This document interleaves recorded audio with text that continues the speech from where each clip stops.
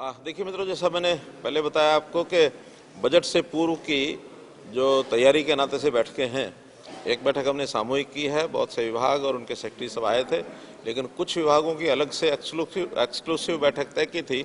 उसमें urban local bodies है, rural development है, हेल्थ है, एजुकेशन है। तो उसमें आज अर्बन लोकल बॉडीज़ के सभी हमारे जो DMCs हैं उनको बुलाया था, अधिकारी सारे डिपार्टमेंट के थे और सब बातों पर चर्चा की गई। जो अभी तक करते आ रहे हैं उसमें और आगे कैसे बढ़ सकते हैं ताकि एक स्थानीय तौर पर भी हर एक लोकल बॉडी अपने अपने बजट बनाए और उस बजट में जो उनकी अपेक्षाएं हैं प्रदेश से वो रखें।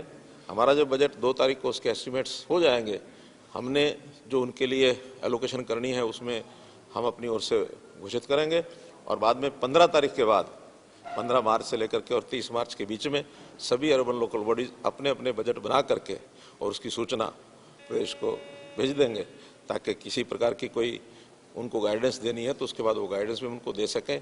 रियलिस्टिक बजट उनका बने। बजट तो पहले भी बनते हैं, लेकिन ध्यान में यह आया है कि अभी उतनी गंभीरता से वो बजट नहीं बनाए जाते और रियलिटी से काफ़ी दूर रहते हैं।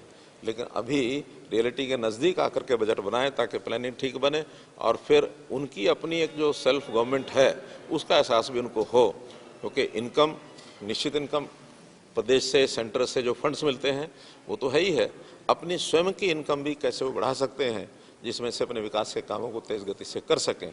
इसमें जो उनके कमिटेड एक्सपेंसेस हैं वो हमने सुनिश्चित किया है कि जो प्रदेश से हम फंड्स देते हैं उसमें हर महीने कमिटेड एक्सपेंसेस उनको ज़रूर मिल जाए ताकि किसी प्रकार की सैलरी का, बिजली के बिल का, कोई रेंटल कोई एक्सपेंस है उनका, उसमें कठिनाई ना आए, वो रेगुलर काम चलते रहें और विकास के नाते जो फंड्स इधर से मिलते हैं या फिर वो अपने फंड्स जितना उनकी इनकम है उसमें से ज़्यादा विकास के काम वो करवा सकें। स्थानीय निकाय जो इकाइयां हैं उन्हें क्या आत्मनिर्भर बनाने की दिशा में कवायद है? क्योंकि अगर जिस तरह से एक्सरसाइज है वो जैसे तो लोगों पे टैक्स भी आएंगे। और देखिए 74वां अमेंडमेंट जो हुआ था संविधान में, उसमें ये कहा गया है कि ये सब स्थानीय जो इकाइयां हैं, चाहे पंचायती राज है, चाहे अर्बन लोकल बॉडीज़ हैं, वो अपने पैरों पर खड़ी हों और उनमें 18 फंक्शंस बताए गए हैं कि वो 18 फंक्शंस वो अपने आप करें। उसमें फंड्स केंद्र से भी आते हैं, प्रदेश से भी जाते हैं। हमारा जो स्टेट फाइनेंस कमीशन है उसके माध्यम से हर वर्ष कितने फंड्स जाने हैं, जैसे पिछले वर्ष 6% का एक कमिटमेंट था, इस बार 7% का किया है। बल्कि इस बार कमीशन ने रिकमेंड किया कि 2% फंड्स स्टेट गवर्नमेंट अपने हाथ में अलग से वो जो कम आय की जो हमारी म्यूनसिपैलिटीज़ हैं उनको देने के लिए डिस्क्रिशन भी अपने हाथ में रखें। वो मोर और लेस 9% वो जाता है। 2% जो रजिस्ट्रेशन का यानी जो मिलता है स्टाम्प ड्यूटी, वो स्टाम्प ड्यूटी भी उनको अलग से दी जाती है। और बिजली के जो बिल होते हैं उसमें भी 2% के जो सरचार्ज है वो म्यूनसिपैलिटीज़ के लिए, म्यूनसिपैलिटीज़ के लिए, गांव में, ग्रामीण क्षेत्र में गांव की पंचायत के लिए वो भी रिजर्व किए गए हैं। इसलिए वहाँ स्थानीय इकाई पर इनकम कैसे ज़्यादा बढ़े इसके लिए प्रदेश भी सहायता करता है।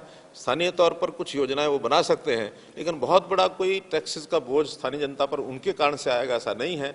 इसमें गाइडेंस तो स्टेट की ओर से उनको दी जाती है। अभी नई एडवर्टाइजमेंट पॉलिसी हम लेकर के आ रहे हैं, उसमें भी म्यूनसिपैलिटीज़ की इनकम का काफ़ी बड़ा साधन बनेगा।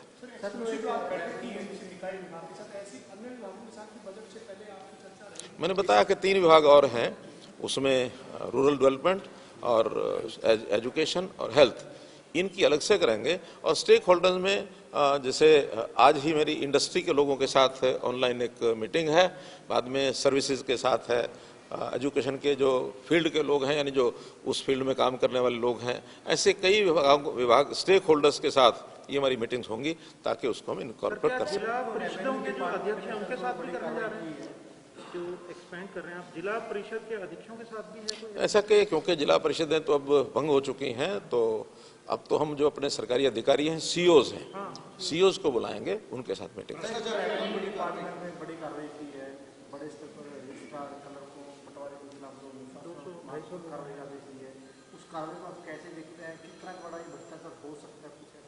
देखिए, क्योंकि मिस हैंडलिंग तो कुछ लोगों ने की है, खास करके हमने भ्रष्टाचार को रोकने के लिए या जो अनप्लैन्ड डेवलपमेंट चल रही थी उसमें 7A को लगा करके ताकि जो अनअप्रूव्ड कॉलोनीज जो जगह जगह बनने की जो एक प्रवाह चला हुआ था उसको रोकने के लिए नहीं बनाया था।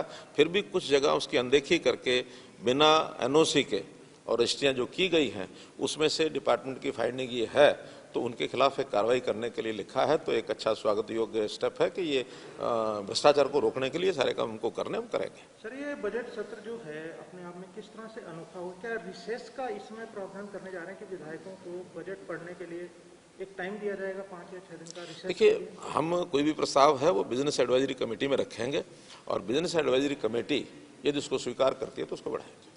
हमसे जुड़े रहने के लिए हमारे YouTube चैनल को सब्सक्राइब करें और नई वीडियो की नोटिफिकेशन के लिए बेल आइकॉन को दबाएं।